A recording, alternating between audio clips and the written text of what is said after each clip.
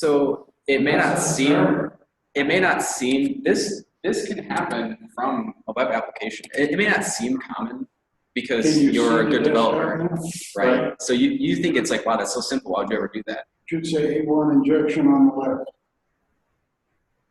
Okay. You got it fixed. Thanks. I'll talk to you after. See, but there are applications that provide access for maybe an internal application. Sure. That provides access to people in the. So it's closed by, they're not, this is I wrote something like this in 2000 to take care of something, and I almost got fired over that. Right, but so that's right, but you might be surprised that, you know, in the wild, how much is out there and what's exposed to the internet. And even if this may not be a pattern that you would see today, like maybe it's legacy or something, you know, yeah, and it could still be a part of a big company, and they don't use this, they don't write anything like this anymore, but it's still exposed. Yeah, and that's. Let me ask this question. Okay, take your seat selection. Sure. All right. What am I looking at as a hacker when that lets me do that? It could be an input field. It could be, you could use JavaScript. So you would see on your screen username. Yes. And you yes. have to That's know, one example. you have to know, as the hacker, you have to know what's behind it as a SQL query. But if you're a hacker, you try it. Right. Yeah. There's okay, what about the other two? Where do you encounter those? The obvious choice there would be a login screen somewhere. Yeah, so for a login, right, this is like your username, for example. And then it does a lookup to see if this username exists. And so that's like, it's still like exposed as an input field. So if the attacker can figure out, there's automated tools out there that you can run, you know, 1,000 different types of injection. And if you get one of them that comes back, it's like, oh, I now know this is LDAP injection. So you can then configure a manual query to then try to exfiltrate all the accounts from. So the login one, I understand. You know, when I see a login, I would know that's a hackable opportunity. But the other two seem to me to be less obvious. Yeah. Where you might be phishing or something. That's true. There's also a lot of these risks interact. So a hacker could get some information from a stack trace if you expose the web page that way. They might even get version information of how you're hosting the web application, and then go look for vulnerabilities and just anything like that. So there's a lot more tools than just guessing. And then the other thing is they can just construct a HTTP request by hand and send it to your server and see what it returns, even though it wouldn't normally be displayed in HTML, and get information that way to help them guess better and better and better. One thing I gotta add is that, you know, I'm a hacker. I gotta deface your website, okay? So I just submit some gibberish into your fields, and your website crashes and gives me a stack trace, right? And the stack trace says, oh, that's an LDAP error. Okay, so I know that you're using LDAP. And at that point, I'm like, okay, I should probably try some automated exploits for LDAP in those fields. Right. That's exactly what I would do in my security job. Now, if you do an F12 on the browser and see the code behind, that would happen too, right? It could. some of them put that in what they're using for the background, but most people don't. Typically, these commands are executed on the server, so the JavaScript isn't necessarily giving you the knowledge, but it depends on the JavaScript. So. It could give you URLs. Yes, and yeah, exactly. Right, and that's, especially if it's a single page. You get all the different. Right, and that's a huge part of security in general. Step one is reconnaissance, and that's almost all of the work. It's just finding the vulnerabilities. Actual exploiting that's like most of the easy part. It's finding the issues. So for all right. Oh, got it. Okay. Oh, too much. There we go. So for mitigating injection and for .NET specifically, you want to parameterize your queries and validate all your input. And the way you can do that is by using SQL command or OLEDB command, or using an ORM like Entity Framework, and using link to SQL or link to entities. And also, it's very important to validate your input and your output on the client side and the server side. Client-side validation is not enough. If you just have JavaScript validation, it's so easy to bypass that. You can use a Chrome plugin called NoScript. Now suddenly all your JavaScript validations does not work. And also just don't use operating system level methods in web applications. I mean, I'm sure most people these days would never do that, but it's surprisingly is more common than you might think in the wild. So. We went to number 2, which is, let's go. This is number 2. I'll be talking about broken authentication and session management. So this is a problem because if someone can hijack your session in the eyes of the application, they're pretty much you. So they can pretend to be you, and depending on the nature of the website, if it's like something like a blog or something like that, they can't do that much damage. But if it's like a financial institution or something like that, then they can obviously transfer funds. Yeah. So ways that they can hijack your session, they can write some JavaScript that will take your auth cookie from you, and then once they have their auth cookie, they can just mark as you. They can steal your session ID. Usually the session ID is in the cookie, but if sometimes the session ID is in the URL, and that's really bad practice because URLs get logged everywhere. And if someone has a photographic memory, they can just look over your shoulder and remember your session ID. And as long as they remember the URL, they just have to copy paste in their browser and then they're you. They can also physically take it from your computer if you leave your computer unlocked. They can just physically take it or send it to themselves. Ways to get around this are to set the HTTP only flag on your cookies. So what that'll do is take keep things like client-side JavaScript from accessing your cookies if you set that attribute on there. You could also expire user sessions. So that's a tricky one sometimes because using the blog and the financial institution examples again, if you're logging people out from your blog every 10 minutes, it's going to become very annoying. But generally, if it's something more important, people are more accepting of logging in again. Like if you're logging into your bank, they'll generally log you out within like 5 to 10 minutes, and then you have to log back in and come back. Just that way, it closes your window of vulnerability so that they can't get in there and become you. Another thing you can do is re-authenticate users, so requiring them to enter their passwords again for more risky things that they might be doing, say transferring funds, something like that. But even if they already hijacked your sessions and then they try to transfer funds, if they don't have your password, it'll ask them to re-authenticate, and then they can't do it. For web forms, this is .NET specific. Don't use default web forms authentication sign-out method because it won't expire the session and remove the cookie. So it won't expire the session. So that goes back to expiring the session. It just leaves your window of vulnerability wide open. How do you shift the HTTP on the done in code? Yes. Yes. It's done in the code. So there's not a setting on your browser or anything that Right. lets you do it. You have to do that in code. Yes, the application has to provide that. It's up to the browser to also respect those settings, Yes. Yeah. as well as like any security issues. Right. Let's hope that your browser is up to date. That's actually on there too. Number 9. What does the web form do when you sign up that it's not expiring user session? It just redirects you. It doesn't actually expire any sessions on the server side. It will just like be like, okay, you're logged out now. Yeah, but I mean, I'm trying this, right? If you type in a URL for a place that you need permissions for, it'll make you force you to log in. Then So where is that's something on that? it's probably not using the default sign out, right? Like it's not like out of the box like web form sign out. It's probably they probably added at least removing your session. Right, because if you use the default, you might just hit back, be back where you were.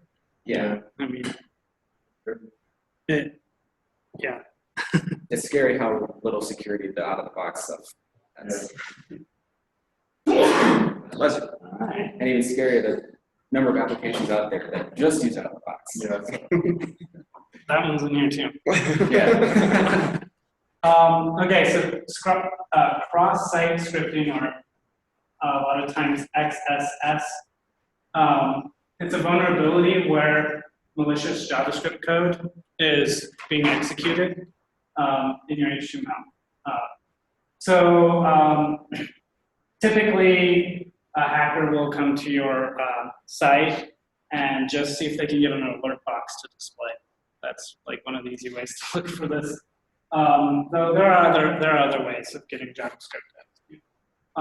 Typically, there's 3 different types. There's reflected, persistent, and DOM only. Reflected is typically you're not persisting the data in your database. It's stuff like you enter search criteria, and then the website's like, you searched for whatever you typed in. That would be reflected.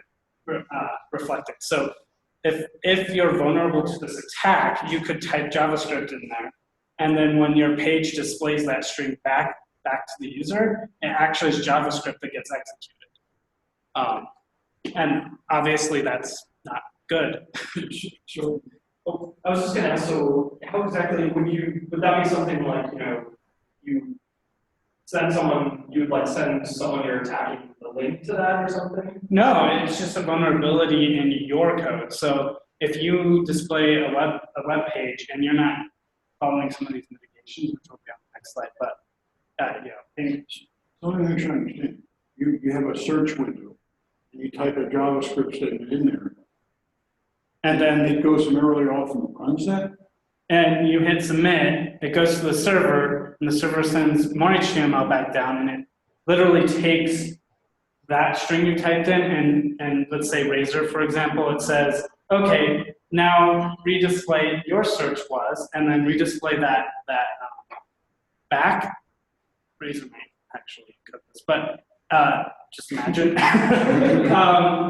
Hypothetically. Right, and it's JavaScript. When the page loads, you could write like an onload with jQuery and just execute whatever JavaScript you want.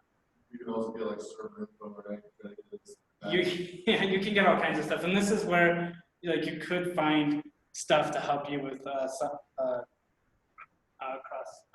injection. You might be able to get some data out that way. You can also steal cookies with it too. That's why the HTTP only flag is so crucial, because let's Presumably say you're going to have a way to stop. Yeah. I'm going to wait for the slide. Go ahead. Persistent is similar in the way that it gets in there, but there are other ways. If you are attacked with injection, they could also insert JavaScript into your database, and then you load it out and send it down to the client and it executes. But persistent basically means it's coming out of the database. So they could type it in, like my username is I don't know, alert box, whatever. And then every time their username is displayed, it executes that JavaScript. Think more maliciously than I do. I don't know, delete, I don't even know. Well, there's one thing that's really common with that come across WordPress development, is that you don't use like the sanitation that WordPress has, which a lot of people who are starting development don't do it. You can just like in the comment fields, you can just like type that into there on the comments on some post, and then it will just go to the database, and then every time someone goes to that page, the comments are getting loaded up, and it just gets loaded up with it. It does, will create pop-ups or redirect you to a different URL, something like that. That's a bad one. Redirect you to the fake version of your website, so you type in your credit card. And so it looks like literally, and they'll scrape it and make it look exactly like your page. Yeah. So DOM only is basically similar to these two, except for it's mostly what JavaScript might do inside when it's manipulating DOM. So single page applications in particular come to mind. So you do something, and then JavaScript takes that input and redisplays it by modifying DOM. So it doesn't actually need to be a round trip to the server and back to get some, I'll say, scripting going. So some particular .NET things that are vulnerable, if you directly write in a response, particularly the Razor helper, HTML.raw, can actually cause you issues. So on to potential mitigations. So basically, one of the big things is encoding your strings properly. So when you get this as input, you want to encode it to something like this. I'm sure you've all seen this type of encoding before, especially in like URLs. But like the less than sign becomes ampersand LT semicolon. And so this isn't actually JavaScript anymore. So the browser doesn't run that. It's encoded. In .NET, don't use the allow HTML attribute if you can avoid it, because it'll just spit out whatever's in that model as HTML. It won't do the encoding. Typically in Razor, I think, if you do use model stuff, it's encoding for you. So that's a nice help. Don't use HTML raw. It's almost the same as this. If you have a model or something that might contain JavaScript, it'll just write it as is and won't encode it. You can also set up security policies. This is a content security thing. It goes in the header. Yeah, and this is a whitelist basically of what the browser will run. So if somehow it's getting script stuff from something that's not on the whitelist, that won't run it. The browser won't run it. So that can be really helpful. Yeah. Any questions on cross-site scripting? So by default, just to reemphasize, if you don't use HTML raw, Razor CSHTML files encode things that you output automatically, so you don't even have to think about it. Yeah, for Razor in particular. ASPX, that's a different story. ASPX would toss in here probably on your book that you have what looks like code in your text box, and it would, you have to explicitly turn that off. Okay. If you want to allow it. So in ASPX, yeah, you would get this. You wouldn't even be able to post that. You would have to post the @LT semicolon that could get through, and then. What about DOM level injection, where it's JavaScript doing something with it? I think if you encoded it in your submission, it would probably very likely work on the way out. Okay. Because the browser then is looking at the client side versus server side. You get it into the database, the browser looks at it and goes, oh, I know what this is. This is encoded, I get it, I can deal with it. Okay. I'm not an SPX expert. So if you do not allow HTML, would that Just don't use it. Pardon me? Don't use it on your models.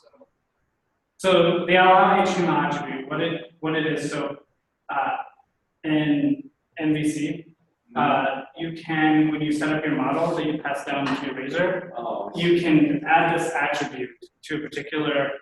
So you don't use that in the model. Yes, don't use that in the model because it renders whatever the contents of that are as HTML directly. It's almost like just using this on it.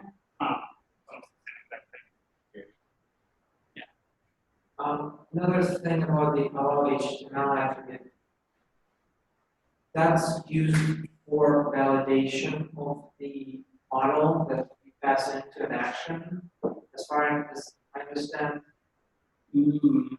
So you might, I think I had this before where I had to allow it for a password field, because password field should allow the HTML characters due to their complexity. Do you know about that?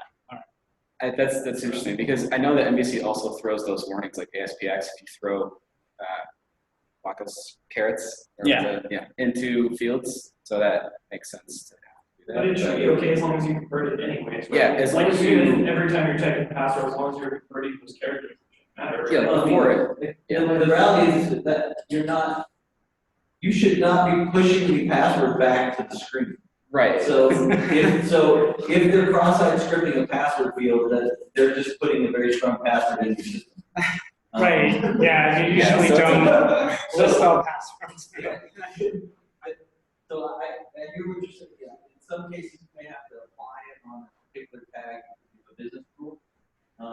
The key is if that's the case, then you better be darn sure when you pull that thing out, that it's, not, it's not displaying as HTML, razor view.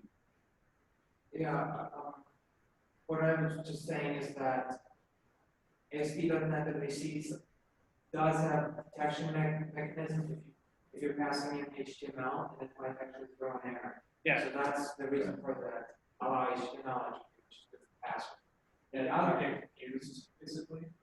Or like someone, like you said, someone might be just making a really strong password. Yeah, So they're They'll say, basically, basically what you're saying is there may be use cases for allowing HTML. Yes.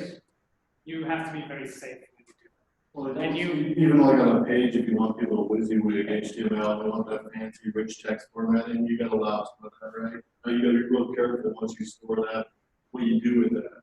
So you're just saying by default, don't enable it because stuff can happen. But in those specific scenarios, Yeah, maybe allow through. there may be scenarios for Raj or HTML.raw as well. Yeah. You can be tactical, not strategic, so don't put it in the top of the model. Put it on the field. Put it on the field that makes sense, and don't put it on the top of the model. Yeah. And then be aware of what malicious people will do if they figure that out. And be sure you deal with that. Just think like a hacker. Could you basically prevent most attacks just by not allowing a script tag? You only allow like a or is there some other way? Are you saying like I don't know about that. parsing out script Going tags? down a rabbit hole then. Are you saying like parsing out script tags and stuff like that? Yeah. Because there actually is a way around that, right? Let's say you parsing out script tags, then you just put open Waka, and then you put the script tag in here, and then you have script and then close Waka, right? And then when it hits the server, you parse it out, and now it squishes it together, and now you have your script tag again. Unless you get cursive, and then. Yeah. I just have to mention this. I like that you call them walk-ins. Yeah, that's how I learned in school, so it's burned in my head now. Yeah. Yeah. All right, so number 4 is broken access control. And the risk here is that objects are being served without validating the rights to the object. For example, you have some website and you have maybe a user profile, and it knows which user profile to display based on an ID. So you pass it ID 10 and it shows this ID or user of ID 10's profile. And this is a huge risk because an attacker can go into this website and enumerate every single user by just passing it 11 and 12 and all the way up until you enumerate every single user on the website. And this is a risk through for financial institutions as well. I don't remember exactly the case, but I'm pretty sure there was a major bank in the past few years that had this exact issue, that they didn't have access control on their users' profiles, and attackers were able to enumerate bank profile information, which is really scary. And so some of the mitigations for this in .NET: don't run web forms in classic mode, as only ASPX pages can be authorized, which means if you have HTML being served up in your web forms app, you can't authorize those. So don't run in classic mode, which I'm sure no one does anymore, but just in case. And also using authorization frameworks such as OAuth 2, so that you can authorize specific actions in your controllers, and preventing users from accessing other users' information, and making sure that users can only access their own information. Questions? Yeah, some of these will be very short because there's not much going on there. It's still important to talk about. We don't want to get into describing a lot. Yeah, well, that's a whole other 2-hour presentation. I'm sure there's other security privilege. Yes. Okay, so security misconfiguration. So a lot of this is so setting up your application for production after you're done developing. So things like turning on the custom errors on, so that instead of seeing the stack trace on which a hacker will, it's like a roadmap for us, they'll see a fancy error page that you made, and that all the errors that are thrown will be hidden behind that. So some of the risks are dependent packages, even the ones from Microsoft, have not been configured. This typically occurs when defaults are left unchanged, like out of the box. For example, a default admin account and password, default error pages containing stack traces. Okay, so besides turning custom errors on, some other ways to mitigate this: understand the packages you are using, what the configuration is, and change the ones that don't make any sense. And then also changing and removing default accounts. Pretty simple too. Yeah. Don't use defaults. Change it. Don't just know change the ones that don't make sense. Change them all. Like Yeah. Particularly if it's saving to like a file, like a log for that. When you drop down and say, well, file, change that. Like, change the file location, because everybody who uses Log4j knows that file location. So you don't change it. Yeah, that's true. All right.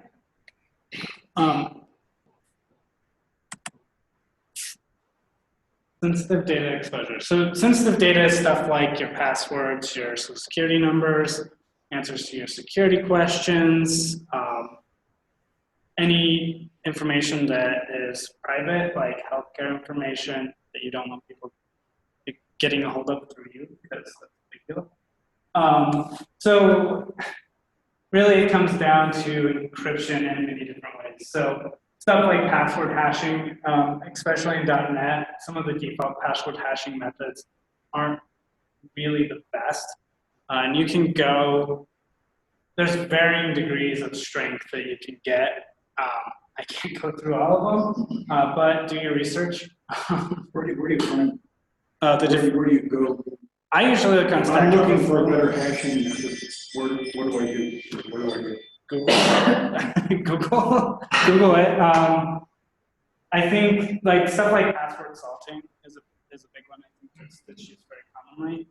You can search for something like that. There's even a hashing method that takes into account like time. I don't know how it works, but I know it exists. It's fairly new.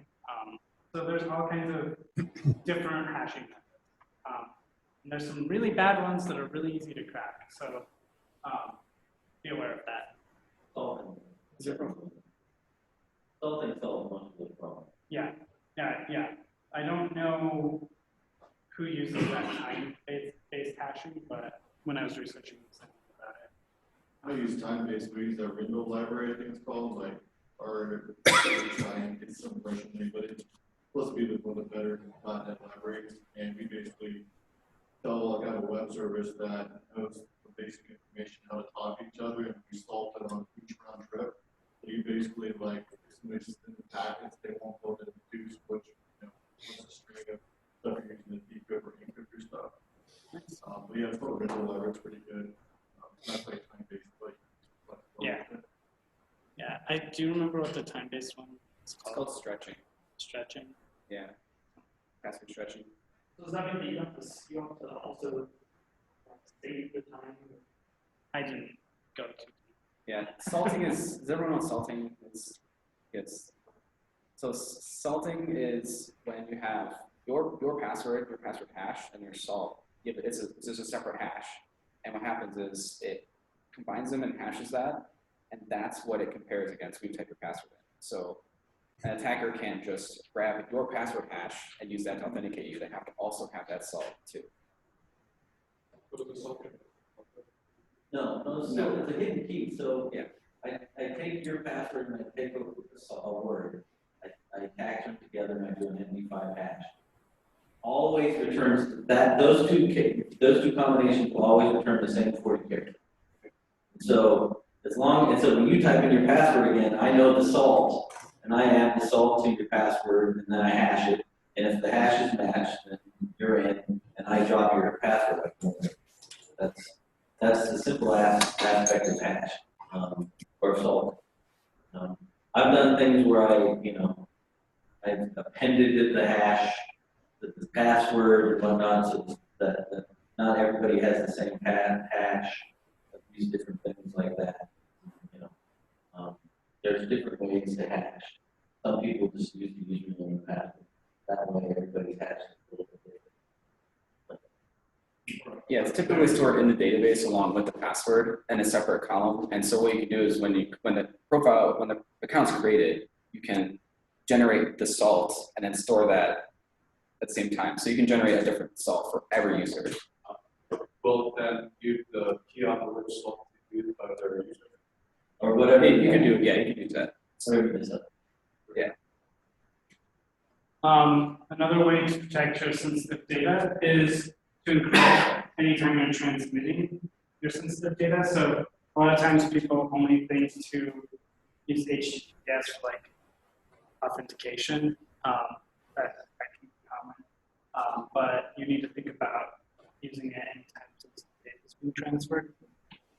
Isn't it not just that, though, because that has some debates people working. I think HTTPS used to be the because it used to become a lot of overhead. And so people said, take that overhead and log in, but we want to be a little quicker and rest of pages. But now that overhead's gone, I think, right? So Yeah. now everyone's like, the reason they say HTTPS is not just the login stuff, credentials, but it's to ensure that you're talking to the website that you told it to go to. Without that HTTPS, what I understand is you can type an address and somebody can route you to a different place a little easier than That's true. And I think there's a lot of good reasons to use HTTPS. Right? This is a big thing, right? So Yeah. if it's like, if it's, some bank.com and it's served over HTTPS and Google has the trust certificate for that bank, if you get redirected to some fake bank that looks exactly like this bank, but their cert isn't, in the Google cert store, then it's going to tell you that in the top. It may even like pop up on your browser. It's like, this is not trusted, and then won't even bring you there. Yeah, it does. Yeah, it'll pop up something that says like you actually have to go to like advanced and like, yes, I really want to go to this website. Sometimes now it doesn't even let you continue. Like, Yeah, sometimes it doesn't. Yeah. Yeah. So you just have to go back. You're like, I can't go this. Talking about encrypted server connections, I'm with you. But now you have a vulnerability with the key for the encryption. Sure. It's just harder to crack. Sometimes I think with encryption, it's not always impossible, right? To You crack. gotta keep that key somewhere. Sure. Yeah. Yeah, and I think it's just layers of making it harder and harder and harder. Yeah, We've this is done this. predominantly AD. I'm sorry? We've done predominantly AD. We don't have a secret connection string. We just trust the connection using the application. Yeah, that's very common. And another good reason to do that is sometimes your dumps can contain SQL passwords. So if you use that, then that's less likely to occur. And just things have changed. So in AD, it changed the password.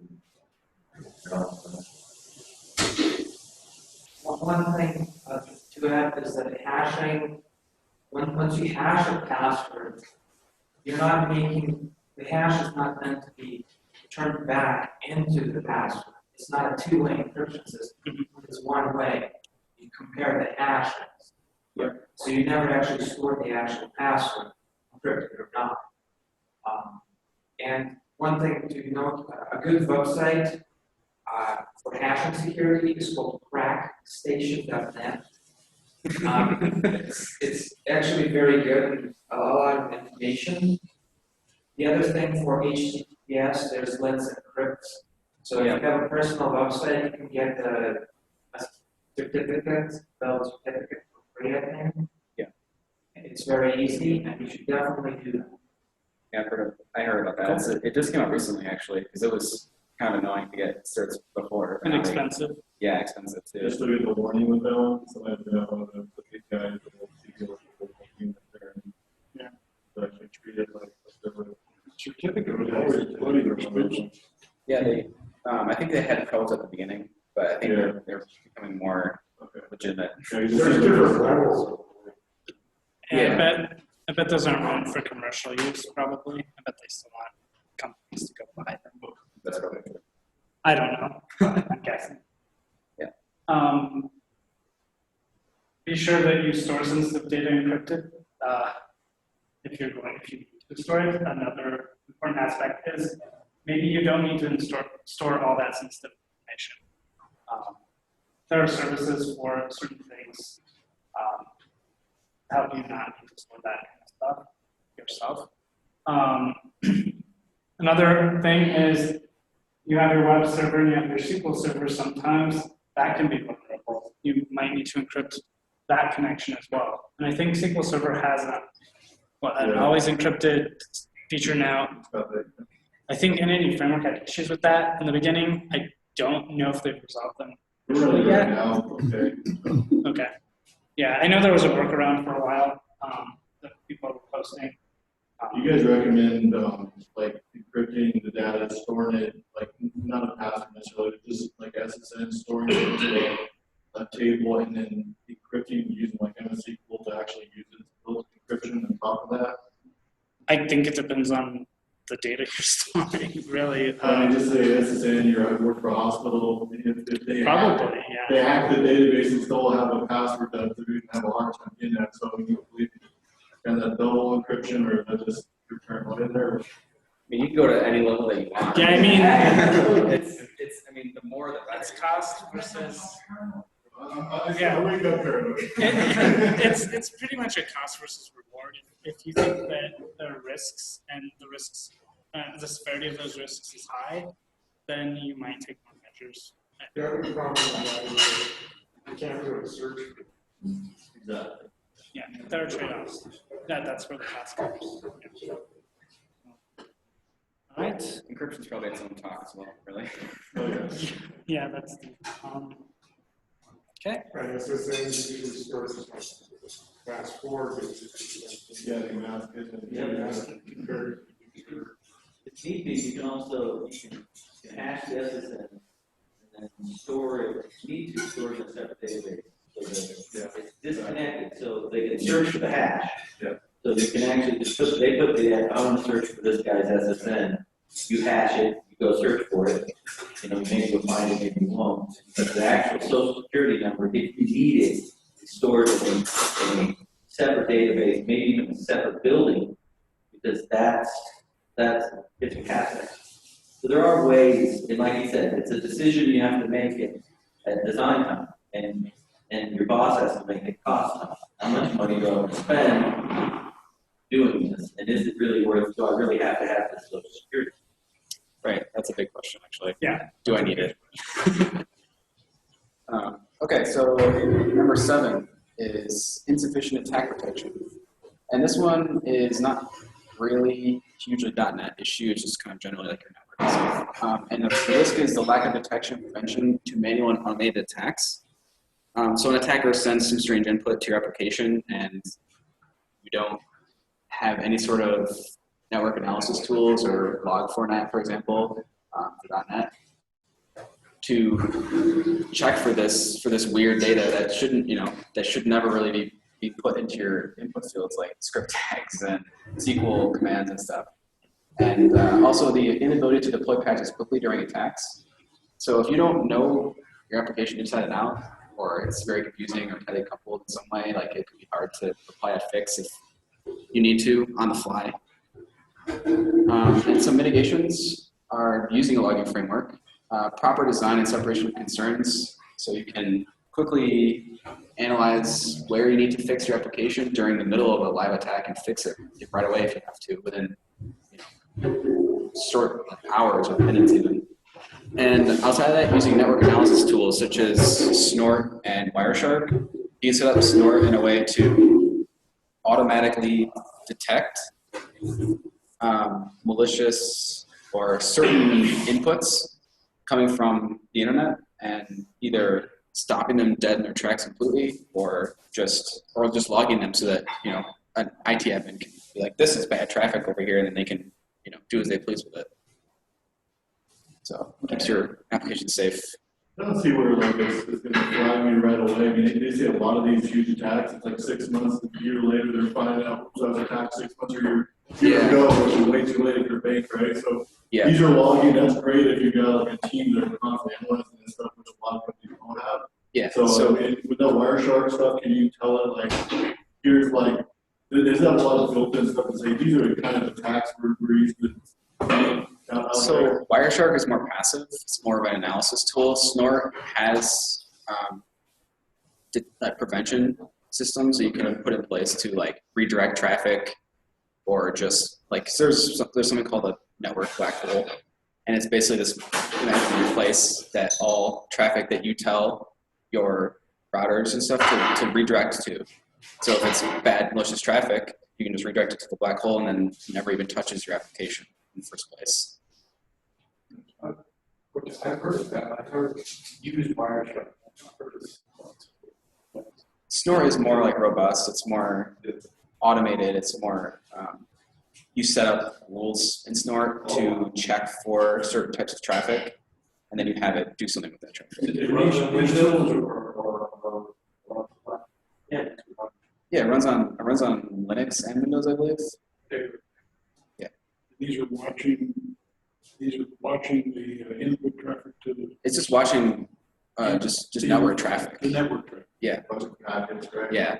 Packet analysis, that kind of thing. Live packet analysis, that's the important part.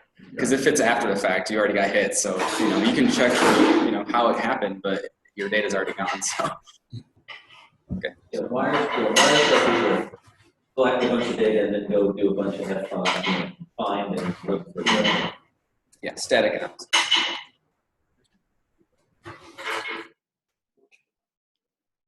I'm muting one of our listeners for now. All right, next.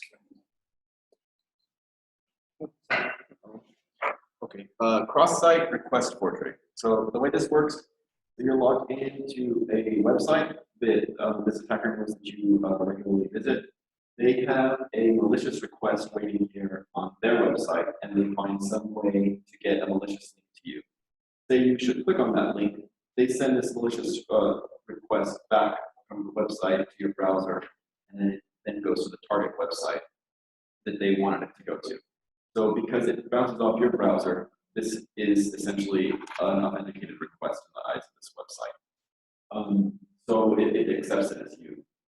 Depending on what type of website it is, it depends on what type of damage it can do, but especially .NET specific, the best mitigation for CSRF is anti-forgery tokens. And what anti-forgery tokens will do is this website will send 2 tokens, one as a cookie and one hidden, to you anytime it bounces back to your browser. So when this malicious request is sent, it has either of those tokens.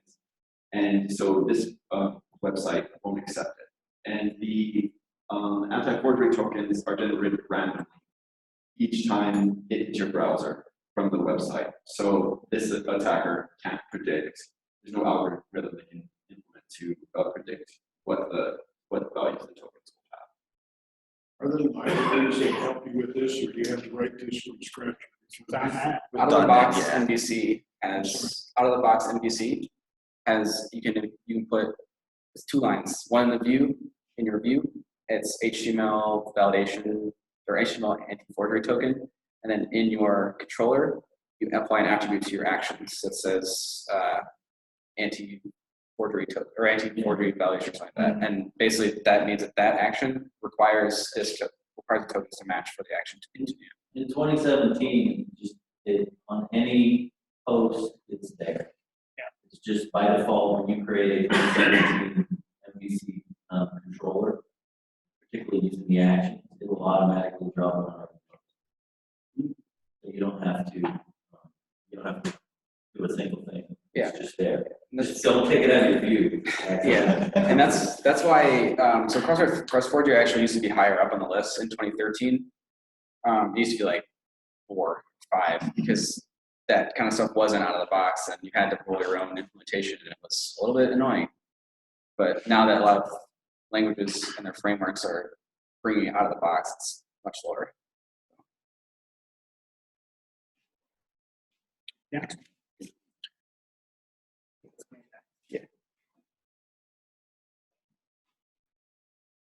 All right, using components with known vulnerabilities. So for example, browser support, if they're on an old browser, those may have vulnerabilities. That's kind of on the user, less on you, but what browsers you support, that kind of thing, think about that, because there may be vulnerabilities there. So basically the risk here is there's known vulnerabilities in a lot of our tools that we use, and a lot of NuGet packages we use. In ASP.NET MVC period, there's a lot of known vulnerabilities. And I think the easiest thing to think about is you get a NuGet package and it's 2 years old. That's been out there for a long time and had a lot of people trying to break into it potentially. And so they probably found these. You can probably Google search some of those packages and just find a how to hack this or something like that. Basically, the risk here is it exposes you to the other risks. It in and of itself isn't hurting you, but when when those vulnerabilities are exploited, you could get injection across like scripting or any of those other things. This one's pretty straightforward. Make sure the frameworks that you use are up to date. That can help minimize how old that particular framework is. Increases the risk. So if you're up to date, you've minimized it a little bit. And the other thing is a lot of times these frameworks fix their vulnerabilities. So if they don't, you might want to think about a new framework or a new NuGet package. And the other thing is that's basically point 2, is make sure you're not just using whoever's code that doesn't care that they have vulnerabilities. Perhaps they just did it as a school project. I don't know. So research whatever things you're using and make sure you don't find any known vulnerabilities. There's certain vulnerabilities you might not be able to do anything about. So there is a .NET vulnerability. They might not have a fix for it yet. I don't know. To be aware of that. Maybe there's other mitigation options to that vulnerability. Like you need to make sure you're encrypting. I don't know. Lots of examples, but you're going to have to do that one at a time. You take a package, you risk the package. Yeah. Yeah. I mean, I don't know what you guys like. I'm struggling with core. There's just no package. You roll your own, or you find the great PDF package and you finally look at it and go, they haven't updated this since 2015. Crap. So it's tough. They're already for the .NET standard instead. Yep. That one's pretty straightforward. I actually wanted to show something really quick on you mentioned something about just Googling for it.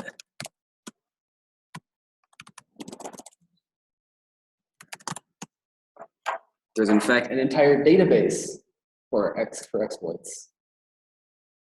Let's pick John's favorite. What? Let's search here. It changes up a little bit. I don't want to know because I've made WordPress websites that are out there. And I wonder how easy they are to hack. I mean, we've got 1,000 entries for WordPress. Oh, and this. Yeah. Oh, yeah. This one's SQL injection and cross-site scripting. Yes. These are mostly going to be plugins, probably. Yeah. See the WordPress plugin. I mean, WordPress is like 99%. But it's right. But WordPress is huge, right? This is just. And your grandma goes and pulls out a plugin and she's off and running. See if there's anything where. It's far too easy. This is like Swiss cheese. Well, I mean, Pull up the Linux kernel, I mean, it's full of. Oh yeah, there's yeah. 100%, just beats 1,000. Yeah. But these are like, so the .NET ones are going to be more dangerous. So like execute shellcode, right? So now you've got root access on that server, that kind of thing. Denial of service attacks. This is huge. So yeah. And for example, like they execute the shellcode, there's probably ways you can prevent that by setting permissions properly on the server, right? If you can It get just honest, depends. yeah, it just depends, right? If you have access to the server and all you have is like a local user privilege, there are many Windows escalation exploits you can run. Okay, yeah. So it it's just kind opens you of- up to more exploit database entry. Yeah, I mean, if they have access to your server, then it's only a matter of time before they take control. And there's like pivoting. So if they compromise a client machine or like an employee, like some random employee's machine, they can pivot and hit the domain controller, for example. For real, like that's real. It happens. Okay, so the number 10 is unprotected APIs. The risk is that web APIs that you may use in your client may contain vulnerabilities, like other risks. Like APIs are just endpoints, just like your web application is an endpoint, right? There's CSRF can still happen, or cross-site request forwarder can still happen on an API, just like it can on your MVC application. And use of APIs in client code or JavaScript can be reverse engineered. So some of the mitigations for APIs, for unprotected APIs, is ensuring secure communication with your APIs, making sure that you're using encrypted connections, or I don't know, you can use HTTPS, right, to send secure connections with your API from the front end. APIs authenticated as needed using like JWTs or JSON web tokens or some sort of like OAuth, like authentication. And ensuring your APIs are protected with access control. So same thing as some of the previous risks is making sure that your applications have proper authorization so that APIs can't just be accessed from the public without authentication authorization. Because your APIs can be exposed to the internet and you can just start pinging it for the API calls. And ensuring your APIs are protected against injection. And just because you're using an API doesn't mean you're not still just running raw SQL for your calls. So they can still be vulnerable to SQL injection. Long story short, like APIs have pretty much almost all the same vulnerabilities. They might not have cross-site scripting, Right. but if they do, well, they kind of do, because if they get data in your database that gets eventually displayed, then Yeah. Like if you've got your JavaScript front end, you've got some way to insert the cross-site scripting into the database, it comes back, same thing. Maybe a little more obscure, but it's still possible. It's number 10 for now, but this might go up on the list. This list was a release candidate, which they're planning on releasing in November, and they actually just rejected the list, and so it might change a little bit. This one might go up, but So rejected the list because they didn't accept that these were still the same. right. They haven't changed 1 through 6, 8, and 9, and so they're looking at 7 and 10, I believe. So they might swap them, but they're basically they're still evaluating the list. And the As long as it's on the list, I worry. Yeah, if it's on the list, it doesn't matter what number it is. You should still be aware of it. And They knowledgeable. forgot avoid stupid users. Well, but it's our job to know it. It's our job to know Your password is still password. That's true. That is. The mere fact that it's on the list. yeah, So that's it. I think we did most of the questions throughout, but any last questions? Ask anybody, how many people you got logged in? 3. That's good. I'm Yeah. checking with them right now. I can There's unmute. something about the sound. Dave says but I think it could be the room, maybe we need a better Microphone. Either an external camera, or I tend to use an external camera versus a laptop camera. I think the sound was because of this event. Yeah, I think that I don't know what to do besides call a number. Maybe this is better. I don't know. And then you have the camera. we have this camera. I've never used it. I think troubleshooting that now is a bad idea. Yeah. It looks cool. Dave says he's got better equipment, but of course, it's not here. That's really the story of Dave. That's really his place. Dave's not. Dave's not.